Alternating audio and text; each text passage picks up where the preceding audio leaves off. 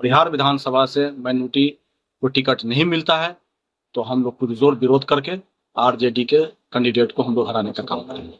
5-6 शादियां में तो हमसे उन्होंने काम करवा दिया है, मैं नाम नहीं खोलना चाहूंगा। किसी भी मुसलमान को अगर टिकट परिहार विधानसभा से मिलती है, चाहे वो गौहर साहब हो, चाहे वो इरशाद भाई हो, परिहार प्रखंड के लगभग सभी बिजली के खंभों सहित अन्य जगहों पर आपकी तस्वीर के साथ एक शख्स की तस्वीर लटकी है और मैसेज दे रहे हैं कि विधानसभा चुनाव लड़ेंगे। क्या है कहानी? शुक्रिया रजल्ला साहब, पत्रकार महोदय। कहानी कुछ भी नहीं है। आगामी विधानसभा चुनाव के प्रत्याशी भाई मोहम्मद इरशाद अहमद के साथ हमारा तस्वीर है, जो एक जाबाज सिपाही है। उसी के साथ मेरा एक तस्वीर है जो लगा हुआ है। आगामी विधानसभा चुनाव 25 परिहार से वो दावेदारी पेश किए हुए हैं। दावेदारी पेश करना अपना कर्तव्य है, उसके हिसाब से हम लोगों ने उनके साथ अपना तस्वीर दिया और आने वाले चुनाव में उनको प्रत्याशी बनाने का अपील किया और वो प्रत्याशी बनने को तैयार है। लोग पूछ रहे हैं कि किस दल के उम्मीदवार होंगे। वो तो समय बताएगा कि किस दल के उम्मीदवार होंगे। अभी इस पर कुछ मंथन नहीं किया गया है, लेकिन समय बताएगा कि किस दल के उम्मीदवार होंगे। हम लोगों का एक सबसे बड़ा मुहिम यह है कि परिहार विधानसभा क्षेत्र जो है वो माइनॉरिटी का सीट होना चाहिए, अल्पसंख्यक मुसलमानों को टिकट मिलना चाहिए। जिस पर्पज से हम लोग प्रयास कर रहे हैं कि किसी भी तरह से परिहार मुसलमानों का सीट बन जाए और मुसलमान उसकी दावेदारी पेश करे और मुसलमान को यहाँ से टिकट मिले, क्योंकि हम मुसलमानों का यहाँ लगभग वोट का जो पॉपुलेशन है वो कम से कम 85,000 से लेकर 90,000 तक है। अगर 50% भी हमारा पोल होता है, मानते हैं तो 50% के हिसाब से भी हमारा जो है ना 50,000 45,000 के लगभग पोल होता है। अदरवाइज और भी लोग हैं जो देने को तैयार है हम लोगों को, और सीट हम निकाल सकते हैं, ऐसा कुछ नहीं है। इरशाद अहमद बहुत जाबाज सिपाही है। अभी वर्तमान में वो बीजेपी के नमो सेना के वो राष्ट्रीय महासचिव हैं। सभी दल से उनका कांटेक्ट बना हुआ है। आने वाले कल में किस दल से उनको टिकट मिलेगा ये समय बताएगा, और आएंगे तो कल बल छल के साथ चुनाव लड़ेंगे और चुनाव जीत करके जाएंगे। नहीं तो लोगों का कहना है कि बीते 2-3 विधानसभा चुनाव में कोई भी मुस्लिम कैंडिडेट 30,000 वोट नहीं ला पाया है। इस दरमियान इस चीज से मुसलमान की सीट नहीं बनती है। बीते 2-3 बार पूर्व से मैं बता रहा हूँ, 2010 में परवेज अंसारी जब आए थे विधानसभा चुनाव लड़ने के लिए तो उनको लमसम 27,000 वोट मिला था, जो टोटल बूथ मुसलमानों का ही था। उस समय हमारी संख्या कुछ कम थी। अब तो संख्या हमारा जो है 90,000 से लेकर के 1 लाख के करीब पहुंच चुका है लगभग। तो उस समय 30% हुआ था। हम लोग अब की बार कोशिश में लगे हुए हैं कि जनता को जागरूक करें। जागरूक करने के बाद उनको वोट का अधिकार का, उनका अपना मताधिकार क्या है उनको समझाएं और वोट के लिए प्रेरित करके, वोट के लिए घर से बाहर उनको निकाल के वो मतदान करने को प्रेरित कर रहे हैं और वो मतदान करेंगे। उम्मीद है कि अब की बार 60% मुसलमानों का पोल होगा। 60% पोल में होने के बाद हम लोगों का जीत सुनिश्चित होगा। नहीं तो 10 के बाद मुस्लिम उम्मीदवार का वोट बढ़ना चाहिए था, घट गया। 15 का विधानसभा चुनाव, 20 का विधानसभा चुनाव। मुस्लिम वोट की संख्या बढ़नी चाहिए। मुस्लिम वोट की संख्या बढ़ा भी है, सिर्फ कागज में सिमट के रह गया है, वोटर लिस्ट में है। बहुत सारे ऐसे लोग हैं, हमारी माँ बहनें जो घर से बाहर नहीं निकलती हैं, वोट कम अपना अधिकार समझ नहीं पाती है, उनको समझाने वाला कोई मिलता नहीं है।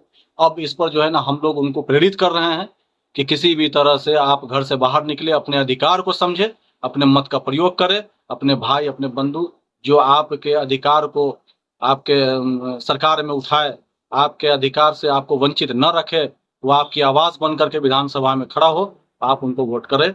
सभी लोग अब की इस पर तैयार हैं और आने वाले कल में मुझे पूरा उम्मीद है कि चुनाव हम लोग, मुस्लिम कोई भी कैंडिडेट आएगा यहाँ से चुनाव लड़ेगा और जीतेगा। एक आग्रह यही करूंगा मैं माननीय तेजस्वी यादव से, महागठबंधन के नेता तेजस्वी यादव से, क्या आप नहीं कहा था कि जिसकी जितनी भागीदारी उसकी उतनी हिस्सेदारी? आज हमारी भागीदारी सर्वे, आपके सर्वे रिपोर्ट के हिसाब से हमारी जो भागीदारी बनी है में हमको हिस्सा मिलना चाहिए। अगर परिहार विधानसभा से माइनॉरिटी को टिकट नहीं मिलता है तो हम लोग पुरजोर विरोध करके आरजेडी के कैंडिडेट को हम लोग हराने का काम करेंगे। उस रैना में 4 लोगों की डूबने से मौत हो गई है, आपकी टीम की तरफ से क्या मदद दी गई है? उस रैना में अभी हम लोग उस रैना में पहुंचे थे। वहां पहुंचने के बाद जो आर्थिक मदद हो सका हम लोगों ने किया। हम इरशाद अहमद के प्रतिनिधि बन करके आए थे यहाँ। उनके परिवार वालों से मिलने के बाद उनके दुख में शरीक होने की कोशिश किया, दुख में शरीक हुआ और जो आर्थिक मदद हो सका वो मैं आर्थिक मदद उनको किया हूँ। और आने वाले कल में भी मैं अपने प्रत्याशी के तरफ से मैं उनको बोल करके आया हूँ कि आपको प्रशासनिक सहायता जो भी मिलना होगा वो उससे आपको वंचित नहीं रखा जाएगा। चाहे जितनी भी ताकत लगानी पड़ेगी, जिस जगह जाना पड़ेगा, जहां विधानसभा में आवाज उठाने की जरूरत पड़ेगी, आपके लिए हमारे प्रत्याशी इरशाद अहमद तैयार हैं। वो आपको मदद दिलाएंगे, वो आगे भी करते रहेंगे। और इनका तो एक वसूल है, आप तो जान रहे हैं कि कितने को गरीबों की मदद हमेशा करते रहते हैं। ये आप तो देखे भी होंगे कि कितने, लगभग हमको लगता है कि 5-6 शादियां में तो हमसे उन्होंने काम करवा दिया है। मैं नाम नहीं खोलना चाहूंगा। बहुत ऐसी चीजें हैं जो इस हाथ से देते हैं वो इस हाथ को पता भी नहीं चलता है। माशाल्लाह, अल्हम्दुलिल्लाह, अल्लाह का शुक्र है कि इन सब चीजों में वो कभी कमी नहीं करते हैं। अभी कुछ दिन पहले एक वीडियो वायरल हुआ था, एक कमेंट आया था मेरे पास। लोगों ने पूछा था कि इरशाद साहब क्या प्रतिनिधि है? मैंने बोला हाँ। कुछ लोग पूछे हमसे, मैंने कहा कि हम मैं प्रतिनिधि हूँ, तो वो चुनाव लड़ेंगे? मैं बोला 100% चुनाव लड़ेंगे। तो उनका बैकग्राउंड, मैं बोला कि उनका बैकग्राउंड क्या? मैं बैकग्राउंड, सबसे पहला बैकग्राउंड तो उनका वो मुसलमान है। वो दूसरा चीज बैकग्राउंड, हम सभी मुसलमान आदम हुआ के औलाद हैं, ईमान पे चलने वाले लोग हैं। तो इससे बढ़कर बैकग्राउंड क्या चाहिए? ईमानदार है, आपकी आवाज को जो है विधानसभा में उठाने का काम करेंगे। वो जब ऐसे जाबाज सिपाही हमारे विधानसभा में काम करने वाले आ जाएंगे तो इंशाअल्लाह ताला इस विधानसभा की तरक्की होगी। दलित, महादलित, अति पिछड़ा वर्ग के जितने भी लोग अभी पीछे हैं वो सब इंशाअल्लाह ताला, अल्लाह चाहेगा तो आगे की ओर जाएंगे और यहाँ इस क्षेत्र का विकास होगा। अभी कुछ लोग हमारे पास ये भी सवाल करते हैं कि एक तरफ आपके भाई भी कैंडिडेट हैं। मैं उनको जवाब दिया हूं कि इरशाद अहमद भी मेरा भाई है, गौहर भी मेरा भाई है। गौहर बाबू और इरशाद अहमद में कोई फर्क नहीं है।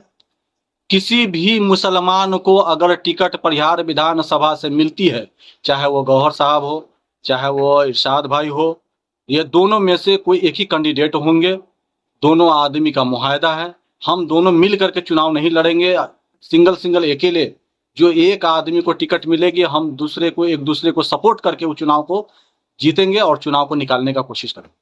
आईफोन लेना हुआ अब आसान। परवेज मोबाइल में सभी ब्रांड का mobile, fridge, washing machine, LED TV, battery, inverter EMI पर मिलता है। आधार कार्ड, पैन कार्ड या क्रेडिट कार्ड लेकर आएं और अपना मनचाहा सामान लेकर जाएं, वो भी आसान किस्तों में। Parvez electronics and mobile, Kadma, Chandni Chowk. 72 61 88 9 786।